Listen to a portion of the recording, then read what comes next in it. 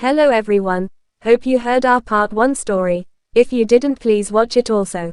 We are going to tell you horror stories into some parts, so please do subscribe to listen more nail-biting horror stories. So without wasting time, let's start our video.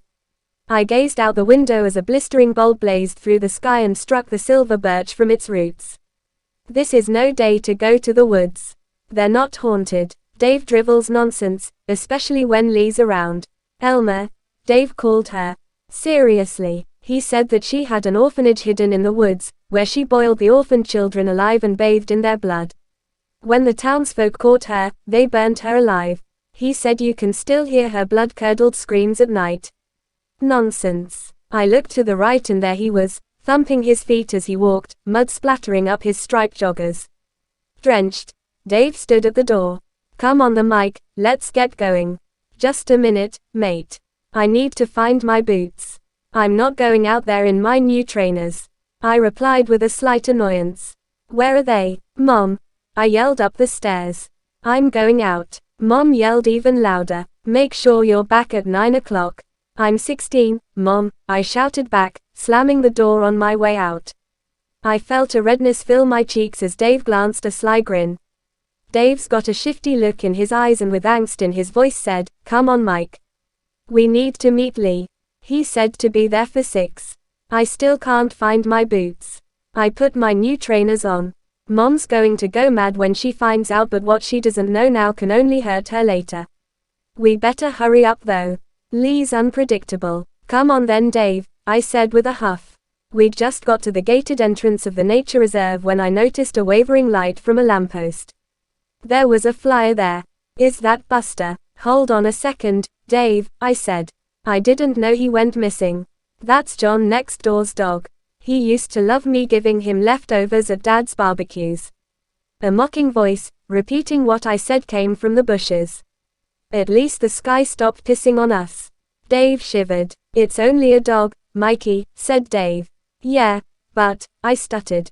Lee interrupted, shut the fuck up and come on. And you Dave, did you get some fags from your dad? Dave quickly replied, yeah, mate. Here's a 20 box. Dave's bottom lip trembled. He had a keenness in his dark eyes. As the light flashed, the freckles shone his beetroot face.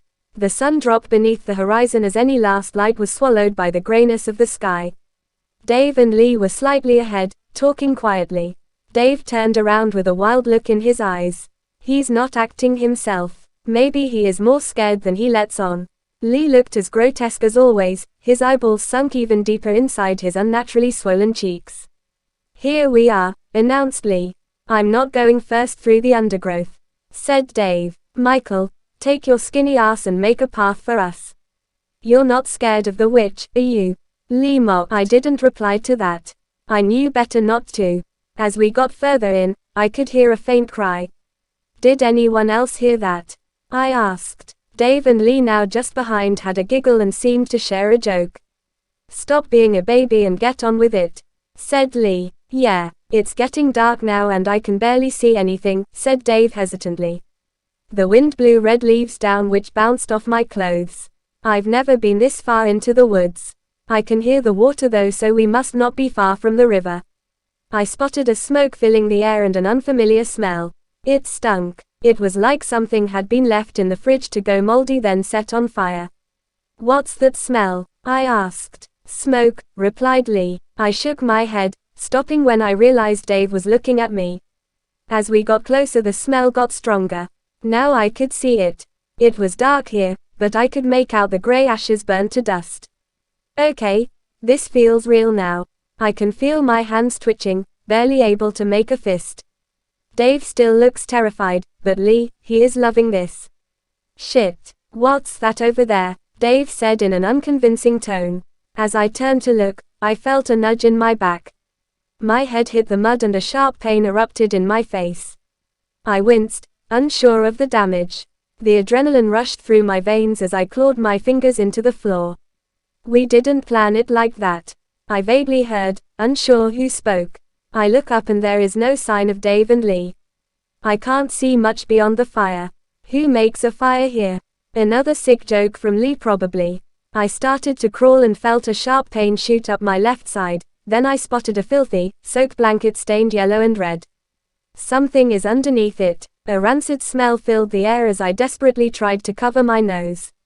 My left arm was no use now, but I must endure. I lift the blanket and a swarm of flies darts out. The smell consumes my nostrils and enters my taste buds, making me vomit over the blanket. My face hits the mud and I force my left hand to yank the blanket. Something wriggles out, spurting jets of pus to my face. What is it? Blurry-eyed, I squint. A brightness flashes onto the body as the words, "Buster," illuminate. I gasp and muster the words, "Buster." A dark figure appears in front of me. I look up. All I see are two black holes staring and a mocking grin as the figure leers forward. It's only a dog, Mikey. After knowing that that is a dog, we got relaxed and moved forward. There are more stories that is to be told. This is part 2. If you didn't watch part 1, please watch it and subscribe our channel for part 3. Thanks for watching. Let's catch up on next video. Bye bye.